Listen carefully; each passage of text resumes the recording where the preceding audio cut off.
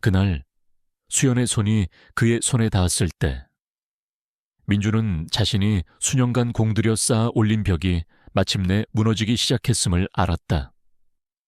그는 평생의 가장 친한 친구를 배신하고 말았다. 그러나 그 순간 후회와 죄책감의 거대한 파도 속에서도 그는 아주 작은, 그러나 부인할 수 없는 온기를 느꼈다. 10년 넘게 잊고 지냈던, 심장이 다시 뛰는 듯한 그런 온기였다. 모든 것은 그 차가운 겨울 아침으로부터 시작되었다. 김민준의 아침은 언제나처럼 고요함 속에서 시작되었다. 새벽 5시 반. 알람 소리 없이도 그의 몸은 기계처럼 정확하게 잠에서 깨어났다. 평생을 교직에 몸담으며 몸에 밴 습관이었다.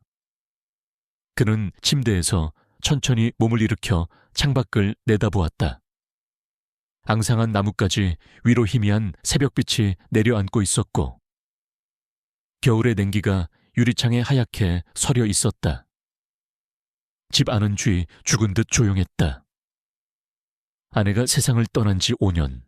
그 고요함은 이제 그의 삶의 일부가 되어버렸다. 그는 익숙한 동선에 따라 움직였다. 부엌으로 가 주전제 물을 채워 불에 올리고 찬장에서 차십통을 꺼냈다. 아내가 살아있을 때 함께 마시던 녹차였다. 차의 은은한 향이 퍼지면 잠시나마 이 텅 빈 집에 온기가 도는 듯한 착각이 들었다. 그는 찻잔을 들고 거실 소파에 앉았다. 소파 쿠션은 그의 몸에 맞게 한쪽이 푹 꺼져 있었다. 맞은편 벽에는 아내의 영정사진이 걸려 있었다. 사진 속 그녀는 여전히 따뜻하고 인자한 미소를 띠고 있었다. 잘 잤소. 민주는 습관처럼 사진에 대고 말을 걸었다. 대답 없는 메아리. 그는 씁쓸하게 웃으며 차를 한 모금 마셨다. 신문을 펼쳤지만 글자들이 눈에 들어오지 않았다.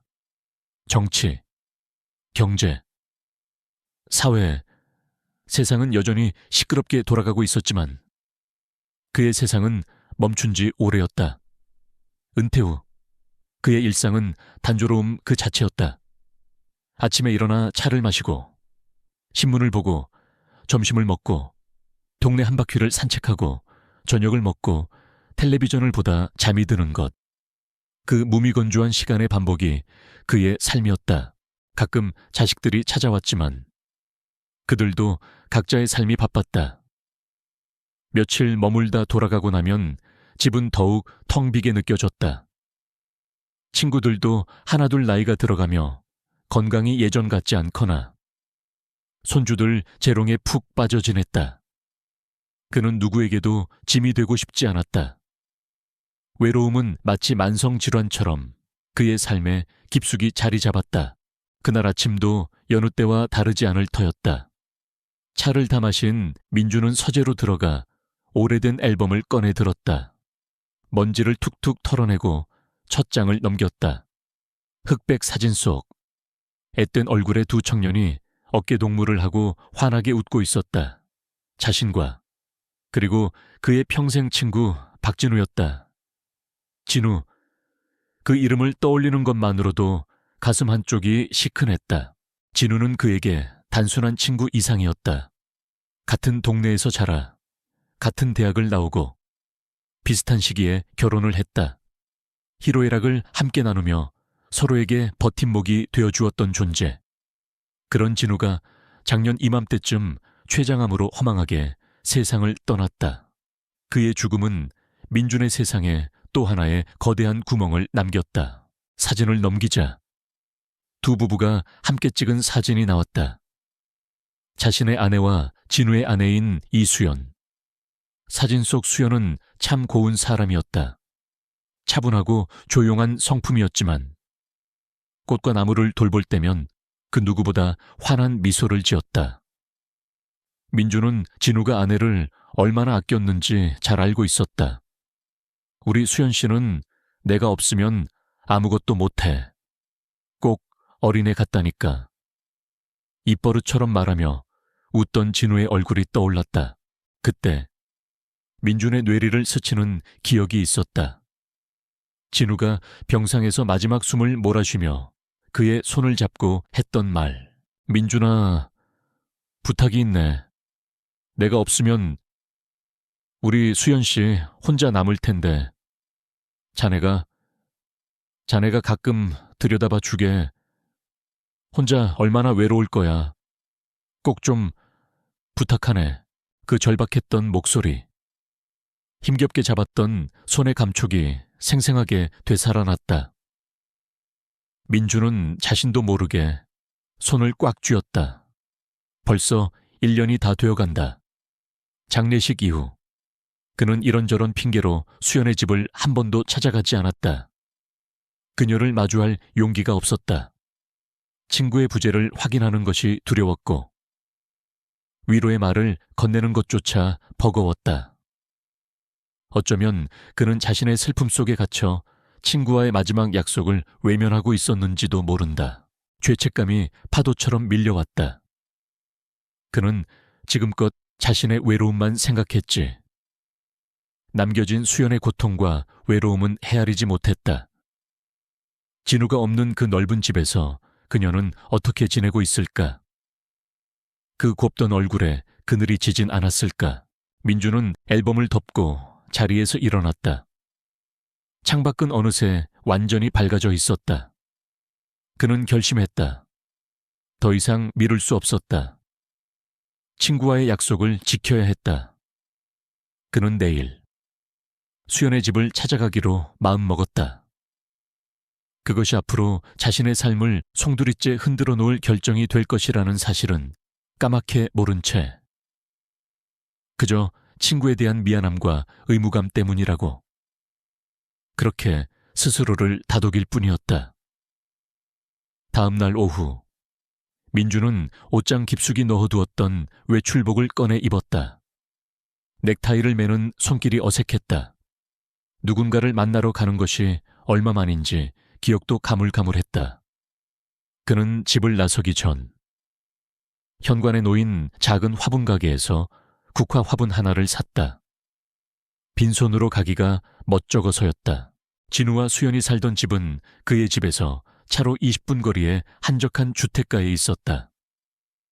익숙한 골목으로 접어들자 기와를 얹은 단정한 2층 집이 눈에 들어왔다.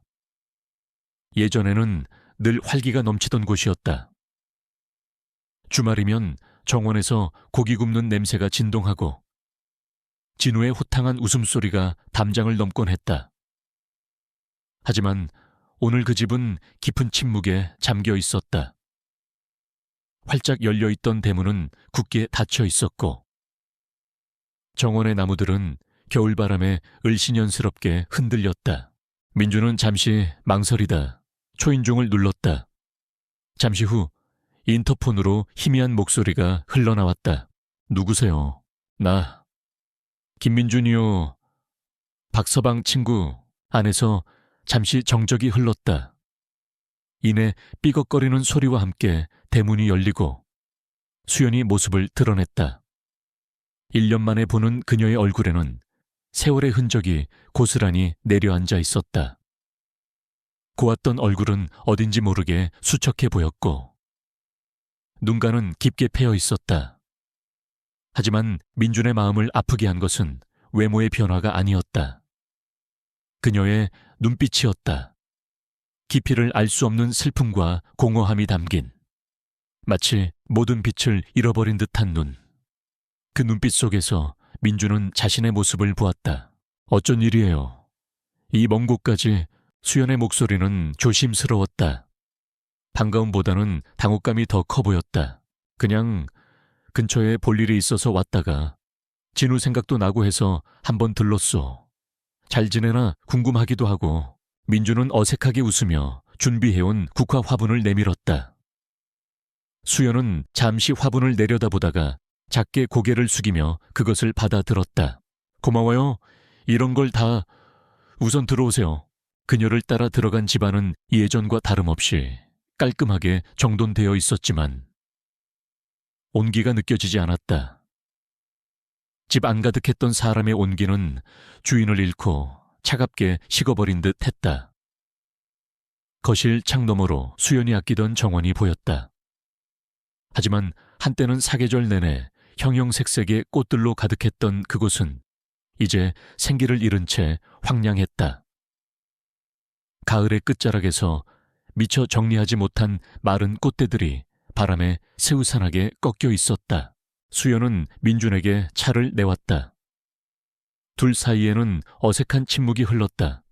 진우에 대한 이야기를 꺼내야 했지만 누구도 선뜻 입을 열지 못했다. 민준은 창밖의 정원을 보며 겨우 말문을 텄다. 정원이 많이 상했구려. 당신이 얼마나 아끼던 곳인데. 그 말에 수연의 눈빛이 희미하게 흔들렸다. 그이가 가고 나니 아무것도 손에 잡히질 않아서요. 꽃들도 주인을 알아보는 건지 하나둘 시들어버리더군요. 그녀의 목소리에는 체념이 묻어 있었다. 그 순간 민주는 강렬한 이끌림을 느꼈다. 그것은 남녀 간의 설렘이나 욕망과는 다른 종류의 감정이었다. 동질감 혹은 연민에 가까웠다. 그는 그녀의 앙상한 어깨 너머로 보이는 깊은 외로움을 보았다. 매일 밤 자신을 찾아오던 바로 그 지독한 외로움이었다. 그는 무언가 해야만 할 것 같았다. 그저 동정심 때문만은 아니었다. 그녀를 돕는 것이 곧 자신을 돕는 길이 될지도 모른다는 막연한 예감이 들었다. 내가 좀 도와줘도 되겠소. 전문가는 아니지만.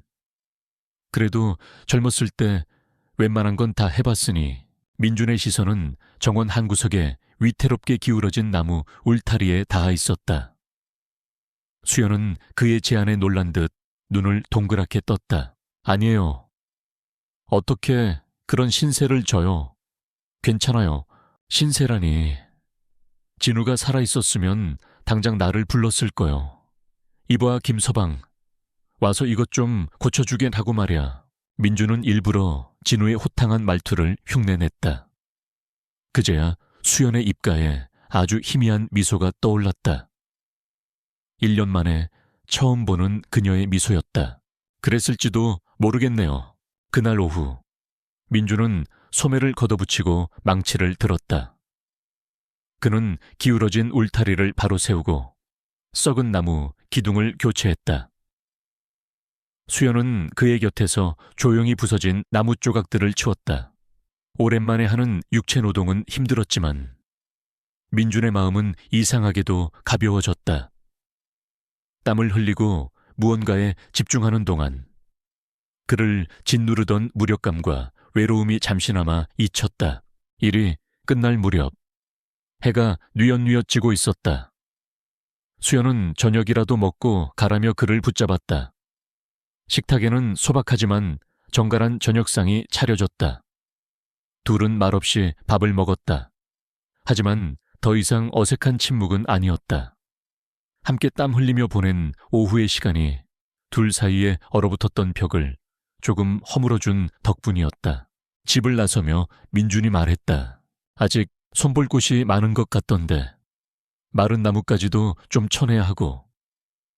주말에 다시 오리다. 그것은 일방적인 통보에 가까웠지만 수연은 거절하지 않았다. 그저 작게 고개를 끄덕일 뿐이었다. 그날 이후 민준의 주말은 더 이상 무미건조하지 않았다. 그는 주말마다 수연의 집을 찾았다. 처음에는 정원을 손보는 것이 목적이었지만 차츰 다른 이유들이 생겨났다. 삐걱거리는 문을 고치고 정우를 갈아 끼우고 무거운 짐을 옮겨주었다. 수연은 그의 방문에 익숙해졌고 그가 올 때면 따뜻한 차와 간식을 준비해두었다. 그렇게 그들의 만남은 도움이라는 명분 아래 자연스러운 일상이 되어갔다. 그러나 민주는 알고 있었다. 자신이 그 집을 찾는 진짜 이유는 더 이상 죽은 친구와의 약속 때문만이 아니라는 것을. 그는 수연의 눈 속에 비친 자신의 모습을 그리고 자신의 눈 속에 담긴 그녀의 외로움을 보러 가는 것이었다. 시간이 흐르면서 민준의 방문은 더 이상 주말 오후에 국한되지 않았다. 겨울이 깊어지고 해가 짧아지자 그는 저녁 식사를 마친 후에 수연의 집을 찾는 날이 많아졌다. 근처를 지나다가 혹은 새로 나온 차 맛이 궁금해서 같은 어색한 핑계를 대면서였다. 수연 역시 그의 방문을 말없이 받아들였다. 그녀는 민준이 도착할 시간에 맞춰 현관에 희미한 등을 켜두었고 닭이 차 치를 미리 꺼내놓곤 했다. 그들의 저녁 시간은 대부분 고요했다.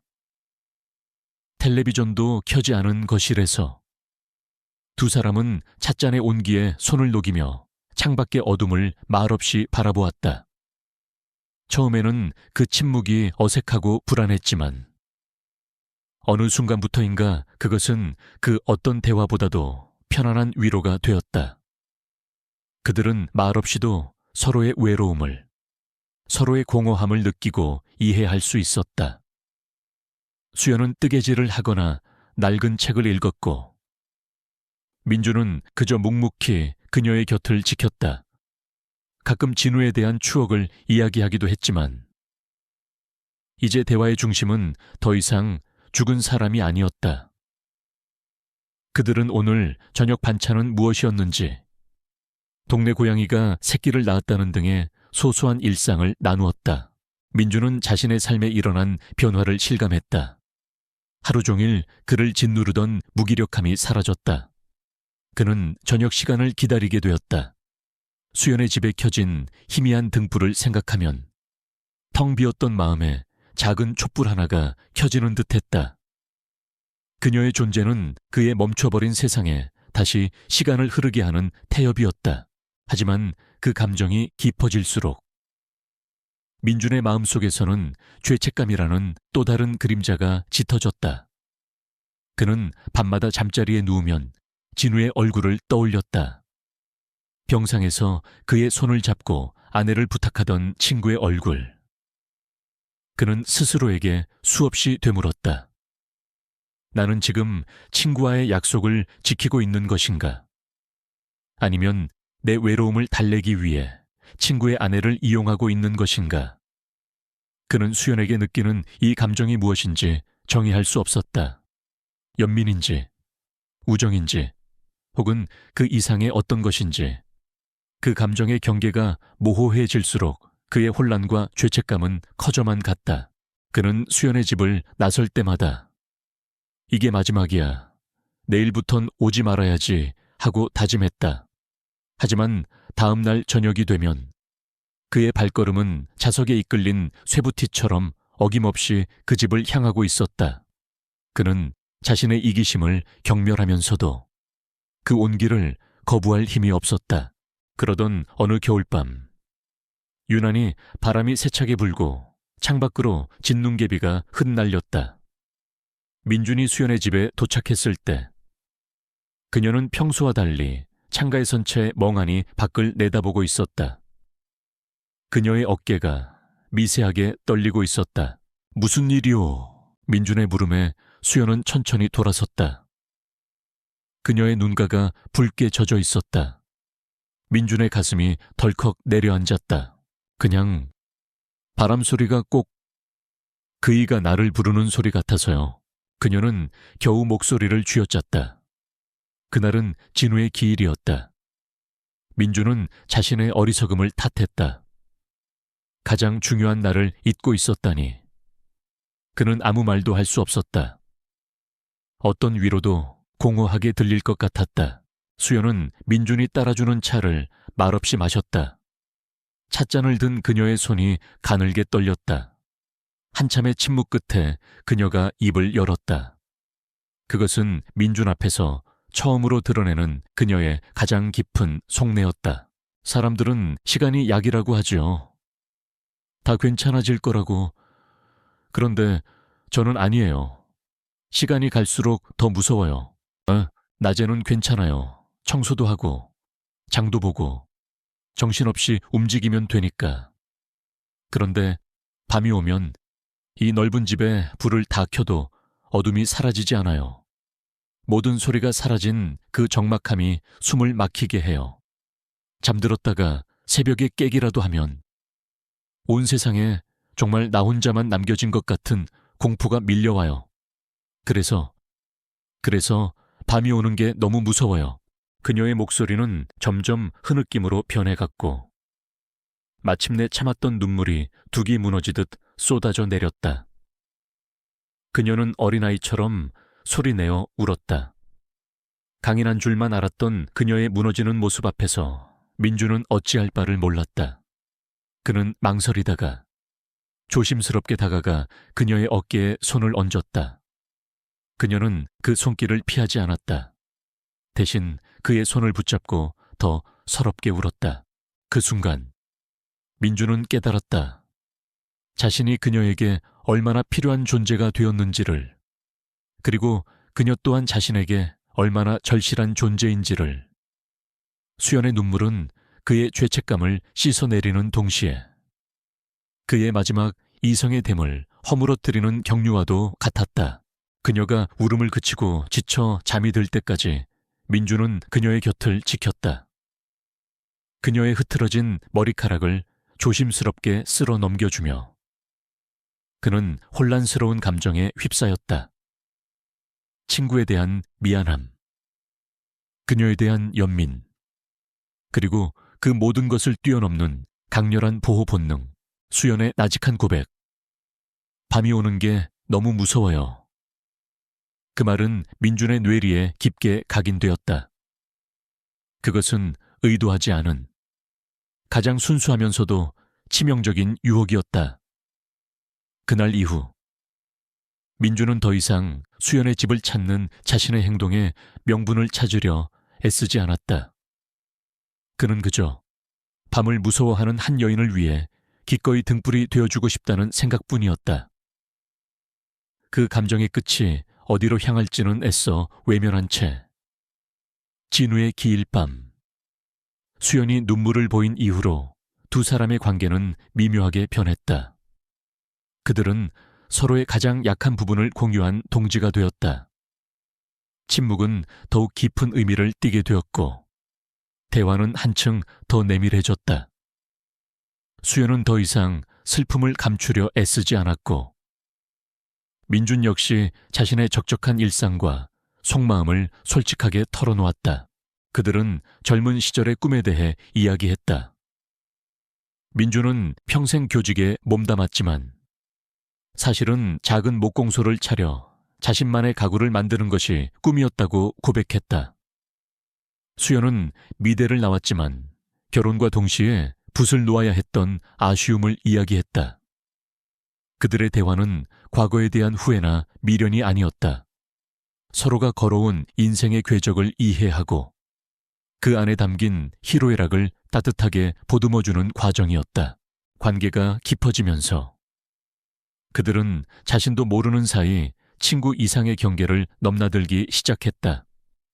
찻잔을 건네주다 손끝이 스쳤을 때 예전 같았으면 황급히 손을 뗐을 테지만 이제는 누구도 먼저 피하지 않았다. 시선이 마주치면 어색하게 고개를 돌리는 대신 서로의 눈을 가만히 들여다보는 시간이 길어졌다. 그 짧은 순간에 수만 가지 감정이 오고 갔다. 연민, 위로, 고마움, 그리고 희미하지만 분명한 그리움. 그것은 서로의 존재 자체에 대한 갈망이었다. 민주는 더 이상 수연의 집을 찾는 것에 대해 죄책감을 느끼지 않으려 애썼다. 그는 이것이 두 외로운 영혼이 서로를 보살피는 자연스러운 과정이라고 스스로를 합리화했다. 하지만 그의 마음 한구석에는 언제 터질지 모르는 시한폭탄 같은 불안감이 도사리고 있었다. 세상의 시선, 그리고 죽은 친구의 그림자로부터 완전히 자유로울 수는 없었다. 사건은 예기치 않은 곳에서 터졌다. 어느 날 저녁, 민준이 수연의 집을 나서는데 담벼락 너머로 옆집 여자가 쓰레기를 버리러 나오는 것과 마주쳤다. 그녀는 민준을 위아래로 훑어보더니 의미심장한 미소를 지으며 말을 건넸다. 아이고, 선생님, 요새 자주 뵙네요. 동생분이 돌아가시고 언니가 많이 외로우셨나 봐요. 오라버니 같은 분이 자주 들여다봐 주시니 얼마나 든든할까. 오라버니라는 말에 아기가 담겨 있지는 않았지만 그 말 속에 숨은 미묘한 뉘앙스를 민주는 놓치지 않았다. 그녀의 눈빛은 호기심과 의심으로 가득 차 있었다. 그 순간 민준의 얼굴이 화끈 달아올랐다. 마치 부정한 현장을 들킨 사람처럼 심장이 철렁 내려앉았다. 그는 어색하게 목례만 하고 서둘러 자리를 떴다.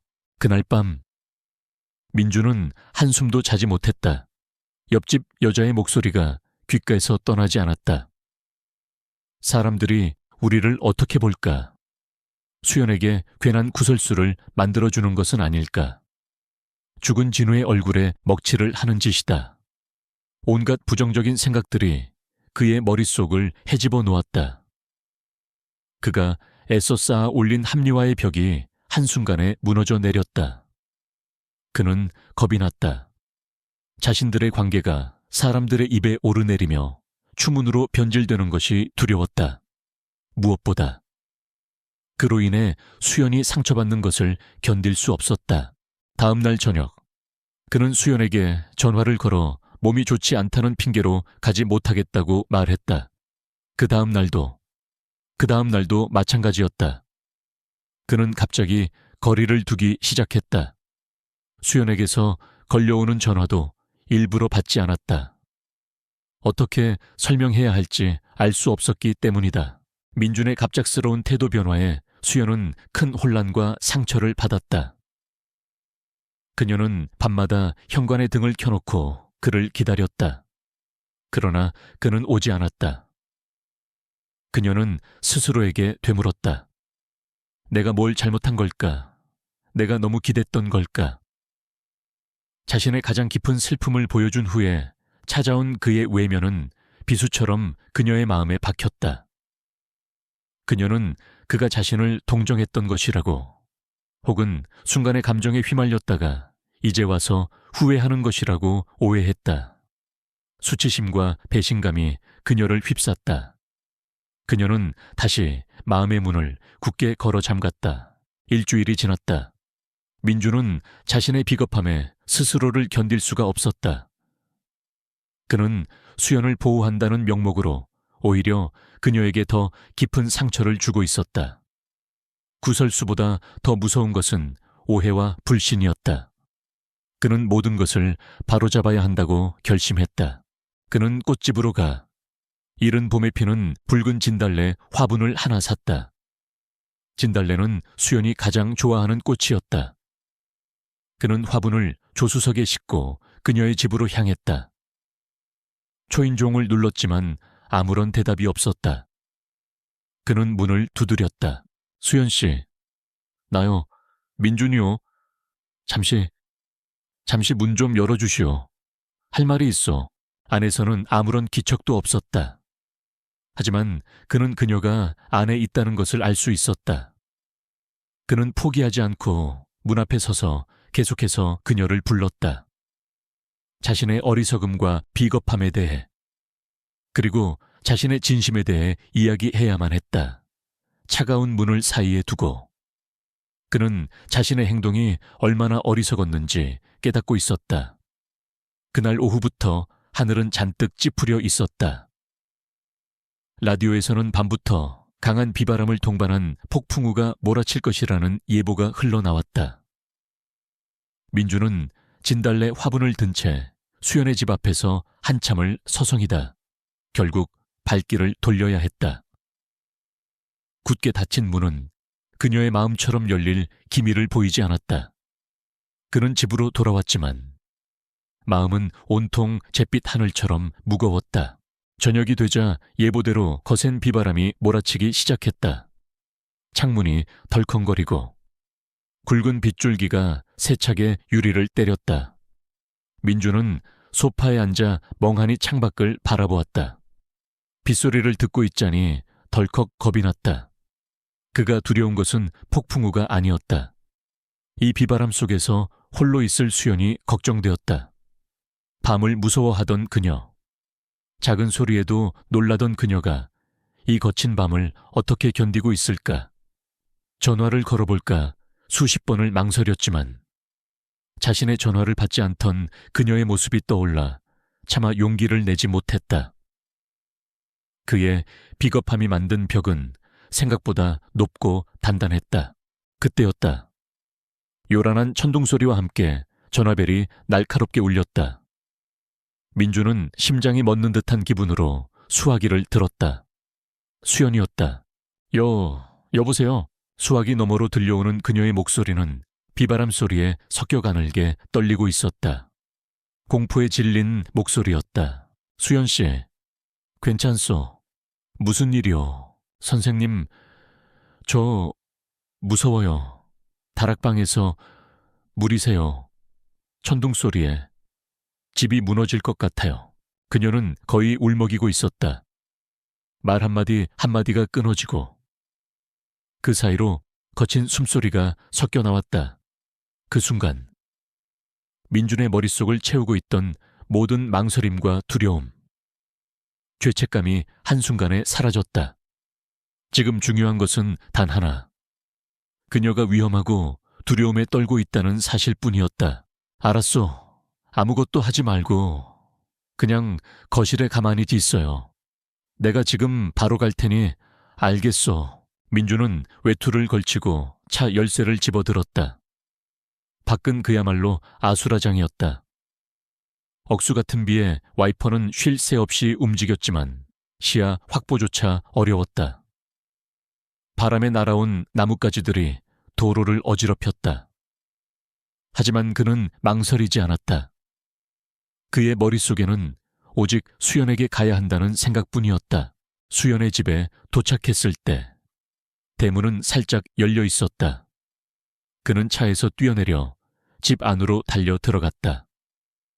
거실은 희미한 스탠드 불빛 하나만 켜져 있었고 수연은 소파 구석에 몸을 웅크린 채 무릎을 감싸 안고 떨고 있었다. 그녀의 얼굴은 하얗게 질려 있었다. 천장에서는 투둑, 투둑 물방울 떨어지는 소리가 들렸다. 수연 씨, 괜찮소? 민준의 목소리에 그녀는 고개를 들었다. 그의 모습을 확인한 순간 그녀의 눈에서 안도감과 함께 참았던 눈물이 터져 나왔다. 민준은 다락방으로 올라가 상황을 살폈다. 낡은 지붕 틈으로 빗물이 새어 들어오고 있었다. 그는 창고에서 커다란 플라스틱 통을 가져와 물이 떨어지는 곳에 받치고 젖은 바닥을 수건으로 닦아냈다. 임시방편일 뿐이었지만 당장 할 수 있는 최선이었다.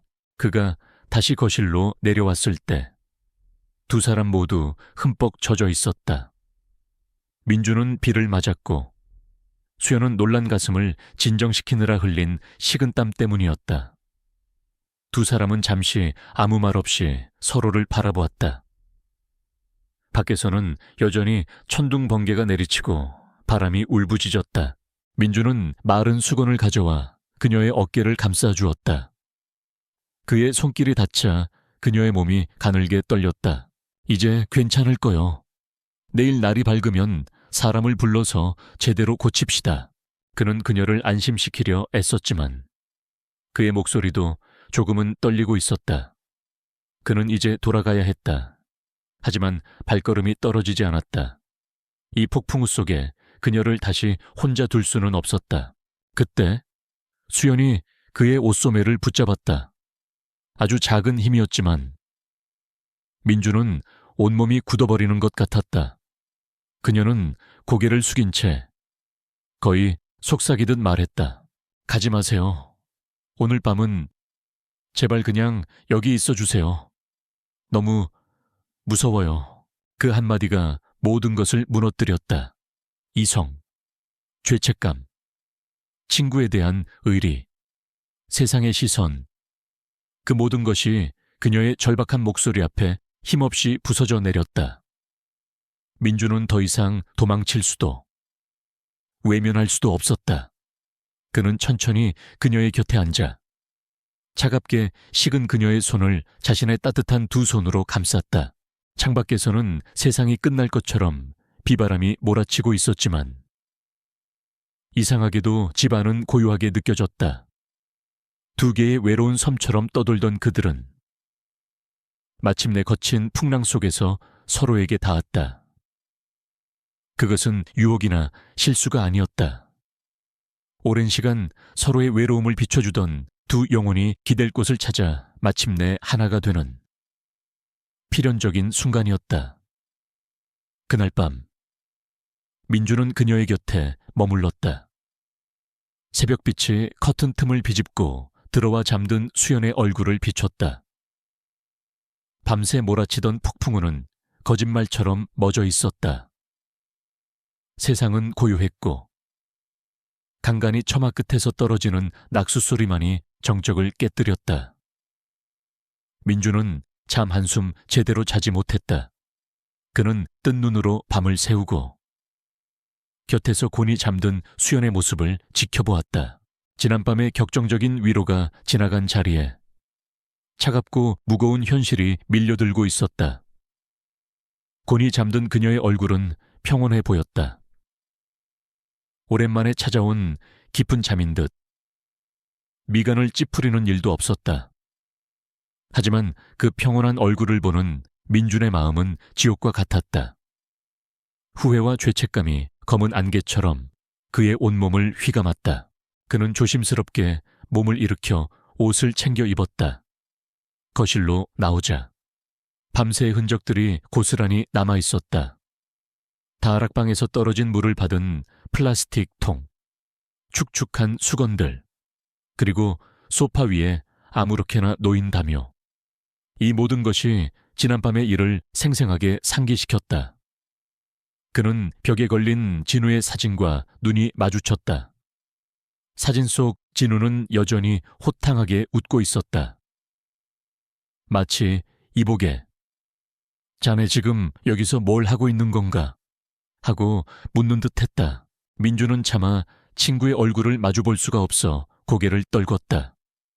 내가 무슨 짓을 한 거지? 나는 친구와의 마지막 약속을 더럽혔어. 그의 아내를, 그의 믿음을 배신했어. 자책감이 그의 심장을 날카롭게 파고들었다.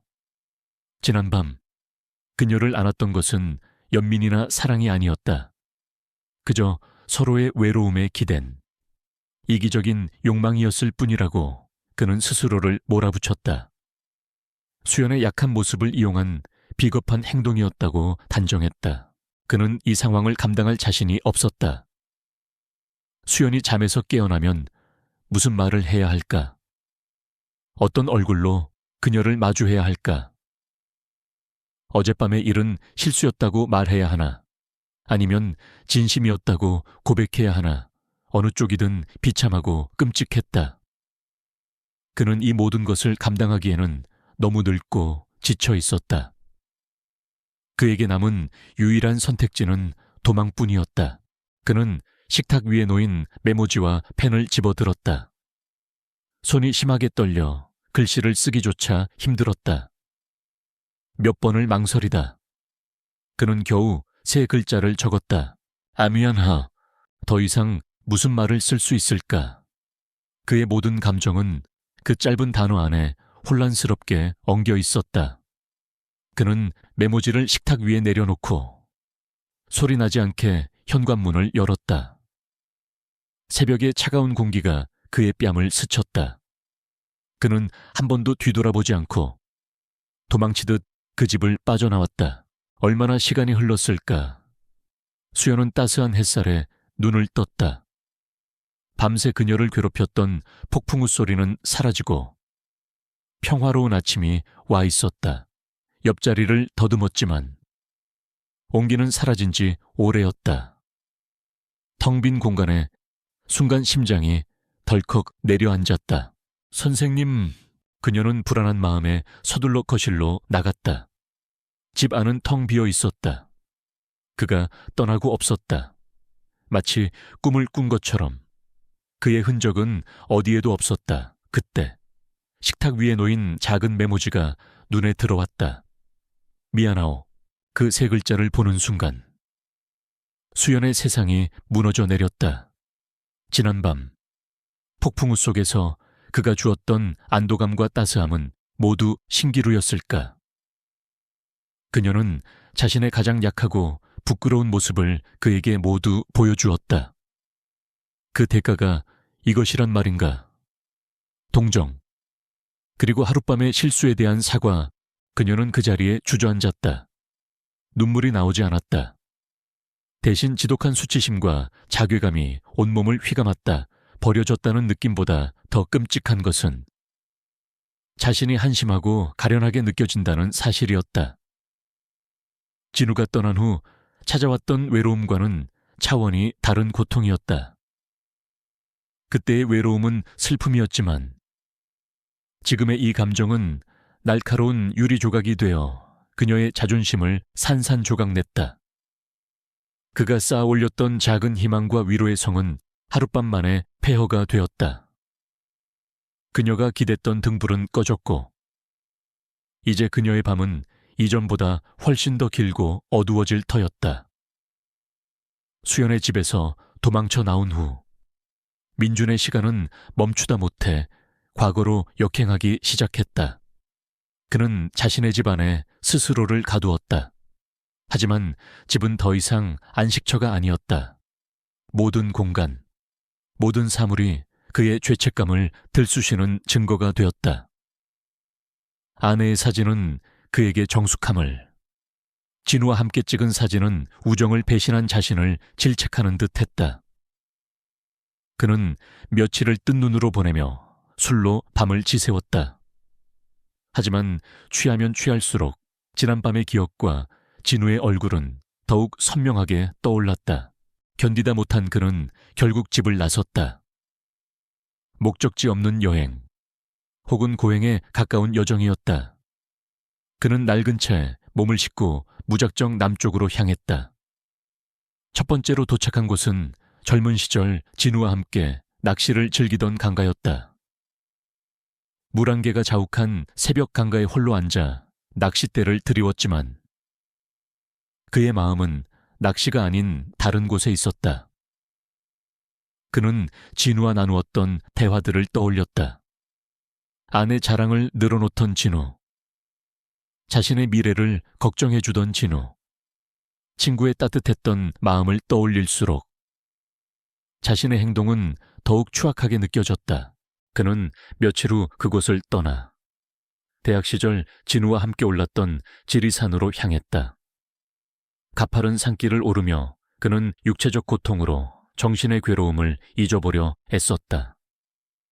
숨이 턱까지 차오르고 다리가 후들거릴 때마다 그는 이것이 자신이 받아야 할 벌이라고 생각했다. 산 정상에서 그는 진우와 함께 찍었던 낡은 사진을 꺼내보았다. 세상 부러울 것 없이 웃고 있는 두 젊은이. 그는 사진 속 진우에게 속으로 수없이 용서를 빌었다. 미안하네. 친구, 정말 미안하네. 하지만 그 사죄는 공허한 메아리가 되어 돌아올 뿐 그의 마음을 편하게 해주지 못했다. 그 시간, 서울에 남아있던 수연 역시 자신만의 방식으로 고통과 마주하고 있었다. 민준이 떠난 후 그녀는 며칠 동안 집 밖으로 한 걸음도 나가지 않았다. 집 안의 모든 물건에는 진우와의 추억이, 그리고 민준과의 짧았지만 강렬했던 기억이 겹쳐 있었다. 행복했던 기억은 이제 아픔이 되어 그녀를 찔렀다. 이 집은 더 이상 그녀에게 따뜻한 보금자리가 아닌 슬픔과 수치심이 뒤엉킨 감옥이었다. 그녀는 결단을 내려야 했다. 이대로 주저앉아 무너질 수는 없었다. 그녀는 평생을 누군가의 아내, 누군가의 어머니로 살아왔다. 이제 온전한 이수연으로 다시 서야 했다. 그러기 위해서는 과거를 모두 끊어내야만 했다. 그녀는 부동산에 집을 내놓았다. 평생의 추억이 담긴 집을 처분하는 것은 자신의 일부를 도려내는 것처럼 아팠지만 살아남기 위한 유일한 방법이었다. 집이 팔리고 이삿짐을 정리하던 날, 그녀는 앨범 속에서 민준과 진우, 그리고 두 아내가 함께 찍은 사진을 발견했다. 사진 속 네 사람은 모두 행복하게 웃고 있었다. 그녀는 사진을 한참 동안 들여다보다가 조용히 앨범을 덮었다. 원망도, 미련도 아니었다. 그저 지나가 버린, 다시는 돌아오지 않을 시간에 대한 담담한 작별 인사였다. 그녀는 새로운 행선지로 동해의 작은 바닷가 마을을 택했다. 아무도 자신을 알지 못하는 곳, 매일 아침 떠오르는 해를 보며 새롭게 시작할 수 있는 곳으로 가고 싶었다. 한편 몇 주간의 방황 끝에 민주는 여행의 마지막 장소인 남해의 작은 섬에 도착했다. 그는 바다가 보이는 언덕에 앉아 며칠을 보냈다. 끝없이 펼쳐진 수평선을 바라보며 그는 처음으로 자신의 감정을 정면으로 마주하기 시작했다. 그는 왜 그토록 죄책감에 시달렸을까? 친구를 배신했다는 생각 때문이었다. 하지만 정말 그럴까 만약 진우가 살아있다면 이 모든 상황을 보고 뭐라고 말했을까? 호탕하게 웃으며 이 답답한 친구야. 남은 사람들끼리라도 행복해야지 하고 그의 등을 두드려주지 않았을까? 진우는 그런 친구였다. 그는 자신의 행복보다 주변 사람의 행복을 더 기뻐하던 사람이었다. 그 순간 민주는 거대한 깨달음을 얻었다. 그의 죄책감은 진우를 향한 것이 아니었다. 그것은 세상의 시선을 두려워하고 자신의 감정을 마주할 용기가 없었던 자기 자신, 그 비겁함에 대한 것이었다. 그는 수연에게서 자신의 외로움을 보았고 그녀를 위로하며 스스로 위로받았다. 그 감정은 결코 더럽거나 추한 것이 아니었다. 그것은 살아남은 자들이 서로의 상처를 보듬는 지극히 인간적인 감정이었다. 그가 정말로 사과해야 할 대상은 죽은 친구가 아니라 그가 상처 주고 떠나온 수연이었다. 그의 방황은 끝이 났다. 더 이상 도망치지 않을 것이다. 그는 서울로 돌아가 수연을 찾아야 했다. 그리고 그녀에게 제대로 된 사과를 해야 했다. 지난밤의 일에 대한 사과가 아니라 그녀를 홀로 두고 도망쳤던 자신의 비겁함에 대한 사죄. 그리고 아직 그 마음을 받아줄지는 모르지만 그녀를 향한 자신의 진심을 고백해야만 했다. 민주는 채 시동을 걸었다.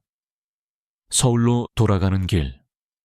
그의 발걸음은 더 이상 과거를 향한 순례가 아니었다. 불투명하지만 새로운 미래를 향한 첫걸음이었다.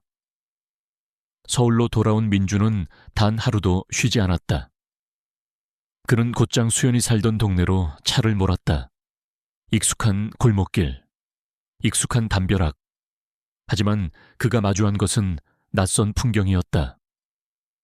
수연의 집은 공사가 한창이었다. 대문은 뜯겨나갔고 그녀가 애지중지 가꾸던 정원은 인부들의 발길 아래 어지럽게 파헤쳐져 있었다. 집은 이미 다른 주인의 손에 넘어간 뒤였다. 그 광경을 보는 순간 민주는 심장이 쿵하고 내려앉는 것을 느꼈다.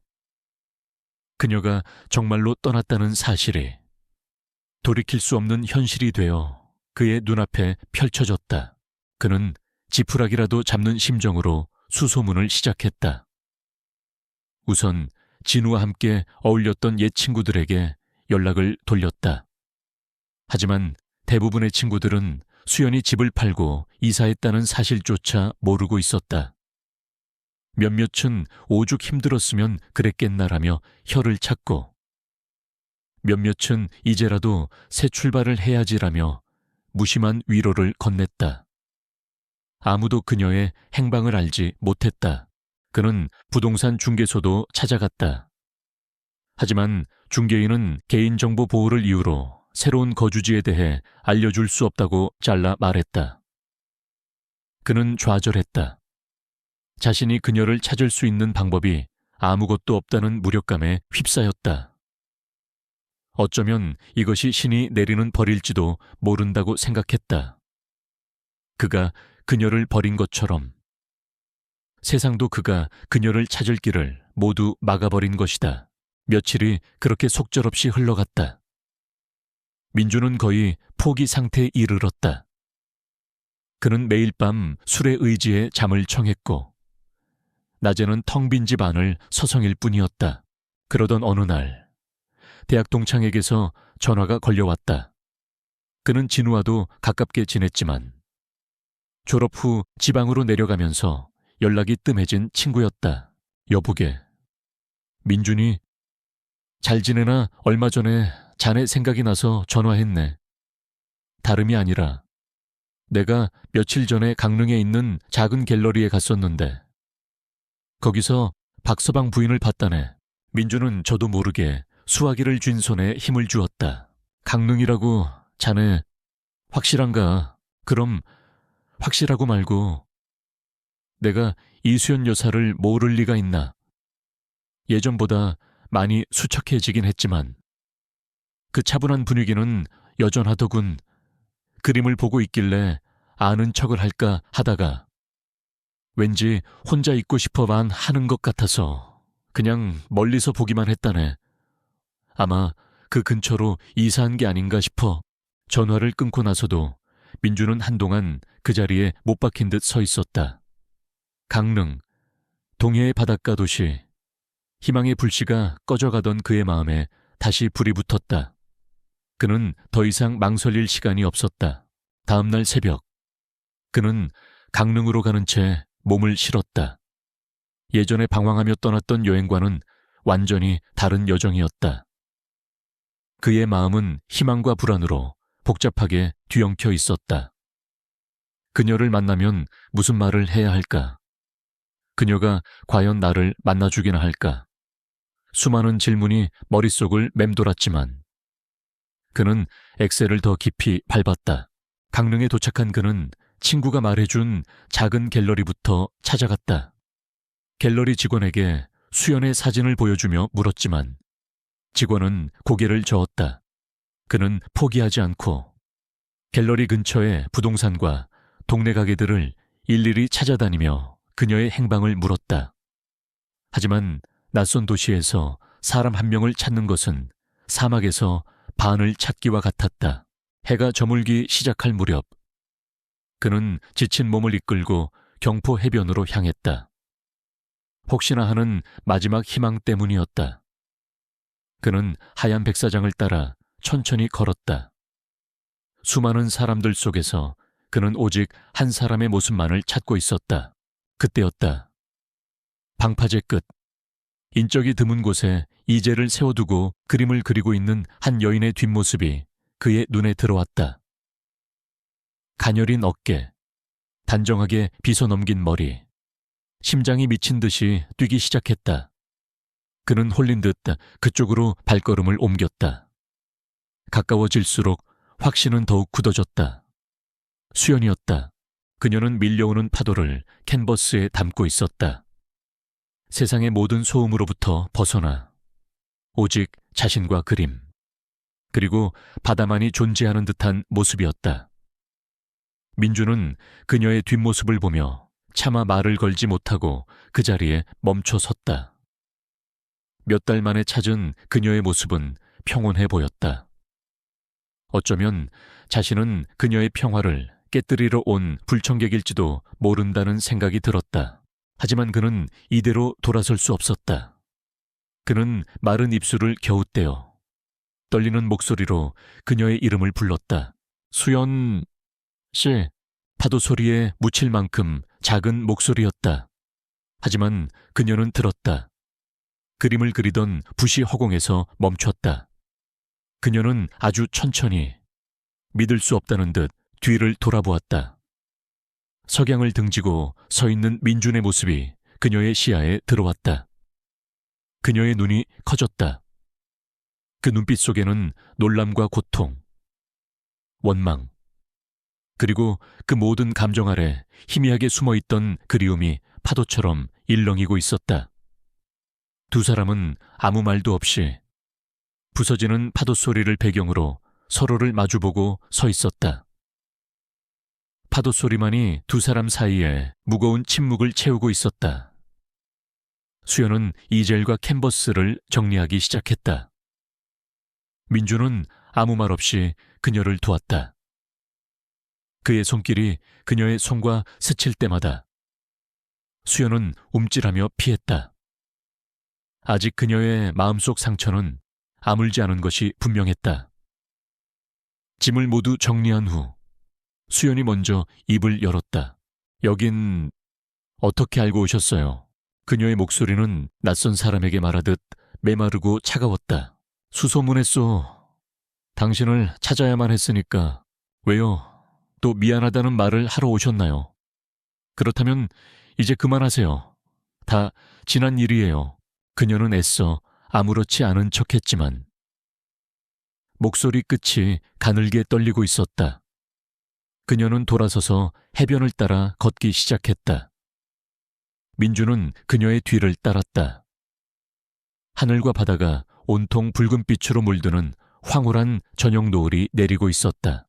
두 사람은 한참 동안 말없이 모래사장을 걸었다. 먼저 침묵을 깬 것은 민준이었다. 그래요. 나는 사과하러 왔소. 하지만 그날 밤의 일 때문이 아니오. 수연의 걸음이 순간 멈칫했다. 그녀는 돌아보지 않았지만 그의 다음 말을 기다리고 있었다. 나는 당신을 혼자 두고 도망쳤던 나의 비겁함에 대해 사과하러 왔소. 당신이 잠에서 깼을 때 얼마나 무섭고 비참했을지 헤아리지 못했던 나의 어리석음에 대해 용서를 구하러 왔소.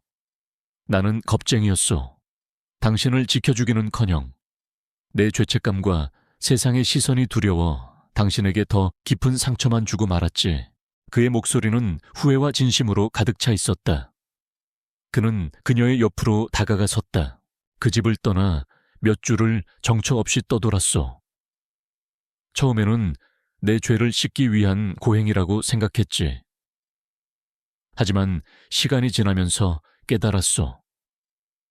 내가 정말로 두려워했던 것은 죽은 친구의 원망이 아니라 내 자신의 마음이었다는 것을, 당신을 향한 내 감정을 인정하는 것이 두려웠던 거요. 수연은 그제야 천천히 고개를 돌려 그를 바라보았다. 그녀의 눈에는 여전히 경계심이 서려 있었지만 그 안에서 작은 파문이 일고 있었다. 당신을 처음 다시 만났을 때 나는 당신의 눈에서 내 모습을 보았소. 지독한 외로움에 갇혀버린 내 모습을. 당신을 돕는 것이 나를 구원하는 길이라고 생각했지. 시작은 동정이었을지도 모르오. 하지만 어느 순간부터인가 당신의 집으로 향하는 내 발걸음은 더 이상 의무감이나 연민 때문이 아니었소. 당신과 함께 차를 마시는 그 고요한 시간이 하루 중 가장 기다려지는 순간이 되었소. 당신의 작은 미소에 내 하루가 밝아지고 당신의 슬픔에 내 가슴이 무너져 내렸지. 나는 당신을 사랑하게 되었던 거요. 마지막 고백은 거의 속삭임에 가까웠다. 그 말을 내뱉는 순간 민주는 평생의 무거운 짐을 내려놓은 듯한 해방감을 느꼈다. 그의 눈가가 뜨거워졌다. 수연은 아무 말도 하지 않았다. 그녀는 다시 시선을 멀리 수평선으로 돌렸다. 굵은 눈물 한 방울이 그녀의 뺨을 타고 흘러내렸다. 그녀는 손등으로 눈물을 재빨리 닦아내고 입을 열었다. 나는 당신을 미워하려고 했어요. 정말 죽도록 미워하고 싶었어요. 나를 비참하게 만들고 떠나버린 당신을 증오하고 싶었어요. 그래서 모든 걸 버리고 이곳으로 도망쳐왔죠. 그런데 그게 잘 안 되더군요. 그녀의 목소리가 잠겨 있었다. 매일 밤 당신이 생각났어요. 당신이 끓여주던 차의 온기, 내 이야기를 잠자코 들어주던 그 눈빛, 그리고 폭풍우 치던 그날 밤 나를 꽉 잡아주던 그 손길. 나는 당신을 원망하면서도 동시에 미치도록 그리워했어요. 그날 밤 나는 정말 오랜만에 혼자가 아니라는 안도감을 느꼈어요. 그래서 더 비참했는지도 몰라요. 그런 따스함이 결국 신기루였다는 사실에 이제 두 사람 모두 울고 있었다. 하지만 그것은 더 이상 고통과 원망의 눈물이 아니었다. 오랜 시간 골마 터졌던 상처를 마주하고 서로의 아픔을 보듬는 치유의 눈물이었다. 신기루가 아니었어. 민준이 그녀의 어깨를 조심스럽게 감쌌다. 이번에는 그녀도 피하지 않았다. 내가 너무 늦게 깨달았을 뿐이오. 수연 씨, 이제 우리 과거의 그림자 속에서 그만 걸어 나옵시다. 죽은 사람들에게 미안해하며 남은 생을 보내기엔 우리의 시간이 너무 아깝지 않소. 이제는 우리 자신을 위해 살아갑시다. 그는 그녀의 눈을 똑바로 바라보며 말했다. 내게 기회를 주시오. 당신의 상처를 치유하고 당신의 외로움을 나누어 짊어질 기회를. 더 이상 당신을 밤의 어둠 속에 홀로 두지 않겠소.